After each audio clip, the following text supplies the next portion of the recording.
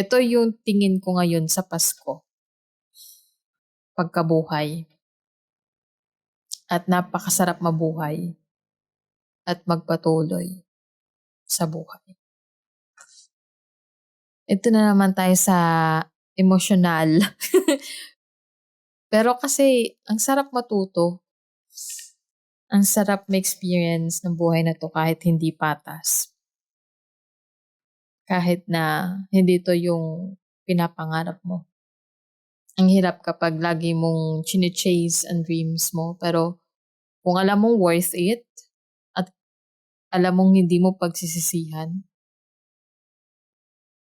then you need to experience those. You need to experience those things. Kasi nasa parte yan ng proseso. Ang hirap kasi kapag na-stuck ka na lang sa past, kinakailangan may matutunan ka at umagos ka.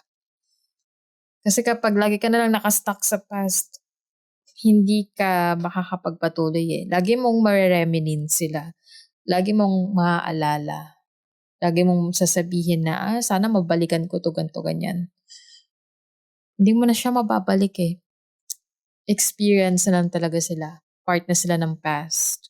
At ngayon na nasa present ka,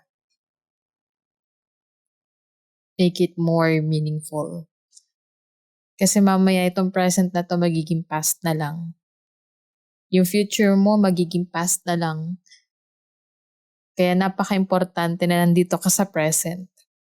Napaka-importante na nagpapatuloy ka ngayon sa present. At buhay ka. Magandang regalo na yun.